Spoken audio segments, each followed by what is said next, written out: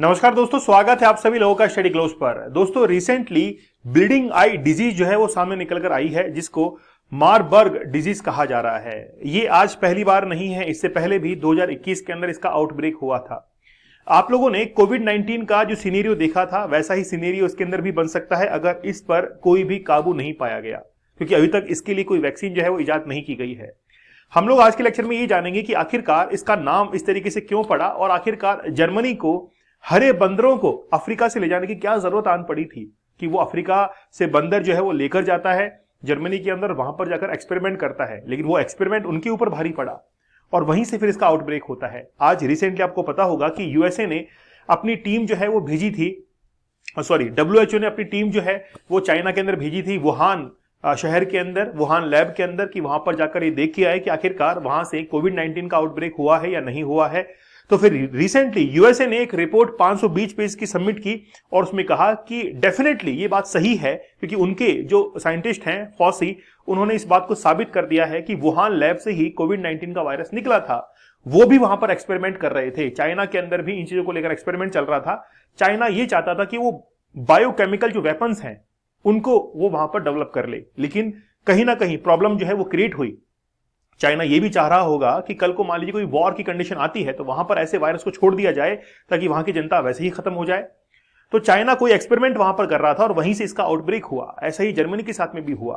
तो आज हम लोग देखेंगे कि आखिरकार जर्मनी क्या करना चाह रहा था और ये जो डिजीज है इसका आउटब्रेक कैसे होता है, कैसे फैलना शुरू होती है, क्या इसके सिम्टम्स हैं, और युगांडा के अंदर रिसेंटली, रवांडा के अंदर रिसेंटली केसेस जो है वो देखने को मिल रहे हैं। चलिए शुरुआत करते हैं। आप लोग देख सकते हैं कि डब्ल्यूएचओ की ये एक वेबसाइट है जहां पर लिखा हुआ है कि मारबर्ग जो वायरस है ये धीरे धीरे फैल रहा है। इसके बारे में सिम्टम्स हैं, की फैक्ट्स वगैरह जो है वो डब्ल्यूएचओ ने बताए हैं। दोस्तों, आप लोग हमारे 100 डेज के चैलेंज के साथ में जरूर जुड़िए। इसकी प्राइस अभी काफी कम कर दी गई है। मैं ये चाहता हूं कि आप अपनी लाइफ को चेंज करें। लाइफ को चेंज करने का मीन्स ये है कि आप अपने जीवन के अंदर कंसंट्रेशन और फोकस लेके आए, आप अपनी लाइफ के गोल को अचीव करें, लेकिन वो पोर्नोग्राफी के एडिक्शन के साथ में नहीं हो पाएगा। आप पोर्नोग्राफी देखते हैं और सोचते हैं कुछ भी नहीं होगा, लेकिन कहीं ना कहीं वो आपके सबकॉन्शियस माइंड को डिस्टर्ब करता है और जिस सफलता को आप लोग हासिल करना चाहते हैं वो सफलता आपको मिल नहीं पाती है। मेरा ये मानना है कि आप लोग 100 डेज के चैलेंज के अंदर जैसे ही शामिल होंगे तो आप लोगों की लाइफ जो है वो धीरे धीरे चेंज होने लगेगी, आप उस एडिक्शन से बाहर निकलने लगेंगे। तो 100 दिन का चैलेंज लीजिए और इसके साथ में आप किसी एग्जाम की तैयारी वगैरह कुछ भी कर सकते हैं। 100 दिनों का वो भी आप लोग चैलेंज ले सकते हैं। चलिए बात करते हैं। देखिए, जर्मनी आप लोग जानते हैं हिटलर के कारण काफी फेमस है और यहां पर ही एक शहर है मारबर्ग। इस शहर के अंदर 1967 के अंदर कुछ बंदर जो कि अफ्रीका से लिए गए थे और वो उनको ग्रीन रीसस बंदर जो है कहा जा रहा है, यानी कि हरे वो बंदर थे, और उनको ये लेके गए थे जर्मनी के अंदर एक लैब के अंदर। वहां पर टेस्टिंग चल रही थी और टेस्टिंग के दौरान ही कुछ वायरसेस को लेकर बंदर के ऊपर टेस्ट किए जा रहे थे। वो टेस्ट उस समय सफल हो गया, लेकिन गलती से उनसे वो वायरस आउटब्रेक हुआ और उस शहर के नाम पर ही यहां पर नाम पड़ा मारबर्ग। केवल इसकी चपेट में मारबर्ग ही नहीं था और फ्रैंकफर्ट जो शहर है वहां का, वो भी इसके अंदर चपेट में आया था। यही नहीं, आसपास जैसे हम लोग बात करें कि बेलग्रेड जो है सर्बिया की कैपिटल है, वहां तक भी ये आउटब्रेक जो है वो पहुंच चुका था। इसमें एक्चुअली में होता क्या है वो हम लोग देखेंगे कि ब्लीडिंग जो है वो आंखों से होती है, मतलब आंखें जो है वो खून से भराती हैं और अगर सही टाइम पर ट्रीटमेंट नहीं लिया गया तो वहां से खून जो है वो भी निकलने लगता है। अभी रिसेंटली 15 लोग जो है वो इसके अंदर मारे गए हैं। 66 जो है वो बेसिकली, यानी कि ये जो डिजीज है has killed at least 15 people and infected at least 66 in Rwanda. 66 तो इन्फेक्टेड रवांडा के अंदर ही हैं। इसको हम लोग ब्लीडिंग आई वायरस जो है वो भी कह रहे हैं। एक्चुअली में इसमें होता क्या है कि जो पैथोजेंस होते हैं, कोई भी वायरस होता है उसके पैथोजेंस होते हैं और उन पैथोजेंस का धीरे धीरे स्प्रेडिंग होता है, वो फैलना शुरू होते हैं। Case fatality rate ranging from 24% to 88%। मतलब बेसिकली क्या है कि ये जो केस है इनकी बढ़ना, जो धीरे धीरे आउटब्रेक होते हैं वो 88% तक जो है बढ़ जाते हैं, बहुत तेज गति से ये बढ़ते हैं। The first case in Rwanda this year was reported in September. तो सितंबर के अंदर ही रवांडा के अंदर पहला केस देखने को मिला था और उसके बाद से धीरे धीरे और लोगों के अंदर फैलता चला गया।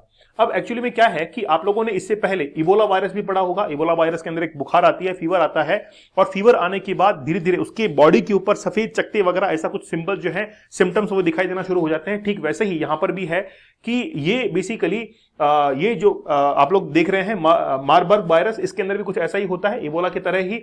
और जर्मनी का जो मार्बर्ग शहर है 1967 के अंदर, वहीं से इसका आउटब्रेक जो है वो होना शुरू हुआ था। इसके बारे में ऑलरेडी हम लोग बात कर चुके हैं, क्योंकि अफ्रीका, बहुत सारे जो देश हैं, घाना वगैरह, वहां से कुछ बंदरों को ले जाया गया था, वहां पर एक्सपेरिमेंट हुआ था। एक्चुअली में ये फैलता कैसे है? बैट से।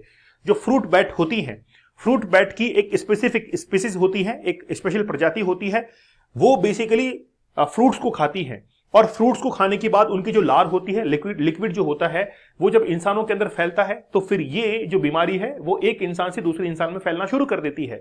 लेकिन आखिरकार एक इंसान जो है वो बैट के संपर्क में आएगा कैसे? जब भी मान लीजिए बहुत सारे लोग होते हैं, जैसे archaeological survey of India, archaeological survey of जो इसके अंदर काम करने वाले लोग हैं डिपार्टमेंट के अंदर, वो लोग कहीं पर कोई भी मान लीजिए जांच करने के लिए जा रहे हैं, गुफाओं के अंदर जा रहे हैं, कहीं ऐसे हिस्टोरिक प्लेस पे जा रहे हैं जहां पर बैट्स वगैरह है, वो तो उसके जांच में लगे हुए हैं, लेकिन वहीं से जो है उनको ये बैट्स के थ्रू लग सकता है। हाँ, ये भी हो सकता है कि बैट से पहले वो मंकीज के अंदर, बंदरों के अंदर फैला, और बंदर जब जहां पर ह्यूमन जो है रहते हैं, वहां पर वो फैलना शुरू हुआ। तो ये जो है वो धीरे धीरे क्या करता है? बैट्स के थ्रू एक्सपांड करना शुरू करता है। और जैसे आपने रिसेंटली देखा भी होगा कि केरला के अंदर भी ऐसे बैट्स के कारण बहुत सारे वायरस जो है फैल गए थे। इसमें वही सिम्टम्स हैं कि आपको उल्टी आती है, आपको बुखार आता है, आपके शरीर के गर्दन के ऊपर कुछ चकत्ते वगैरह, आंख जो है बिल्कुल लाल हो जाती है, ऐसा लगता है कि जैसे उससे खून जो है, ब्लीडिंग वो होने वाली है, और आपकी किडनी जो है वो भी इससे इफेक्ट करती है। तो किडनी और स्प्लीन जो है वो इससे इफेक्ट करते हैं, और साथ ही के अंदर ये जो इन्फेक्ट करता है वो धीरे धीरे अपनी रेट को बढ़ाता चला जाता है। जैसे मान लीजिए एक इंसान से दूसरे इंसान में फैल रहा है, तो धीरे धीरे ये जो रेट है वो बढ़ती चली जाती है।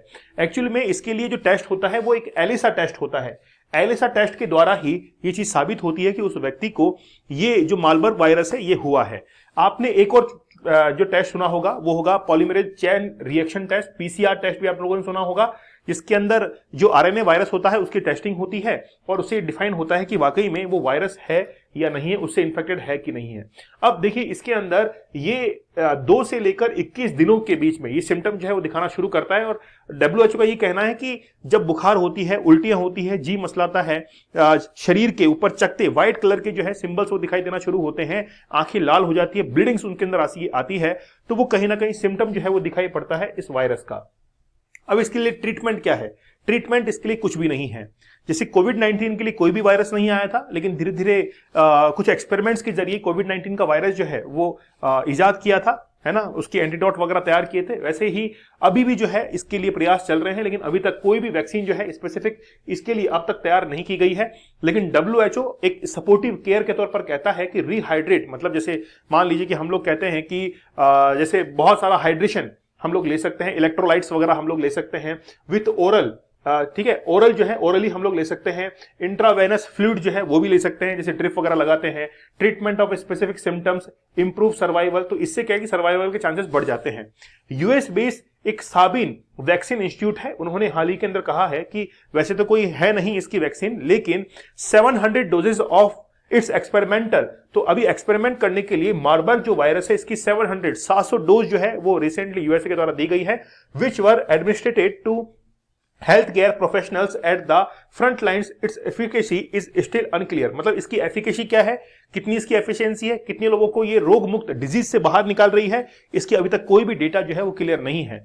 तो जिस तरीके से हमने इबोला का प्रकोप देखा था, हमने कोविड-19 का देखा था, ठीक वैसे ही आप लोग मान सकते हैं कि ये एक ट्रांसमिट डिजीज है, क्योंकि एक ह्यूमन से दूसरे ह्यूमन के अंदर बहुत आसानी से फैल रही है, और एक बार फैलना शुरू होती है तो 100% जो है लगभग 88% तक वो किसी दूसरे व्यक्ति को इन्फेक्ट कर देती है।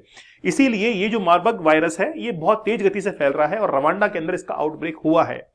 तो कुछ स्पेसिफिक जो बातें हैं वो आप लोग को इसके अंदर याद भी रखनी है, अगर आपके एग्जाम पॉइंट ऑफ व्यू से आप लोग याद रख सकते हैं।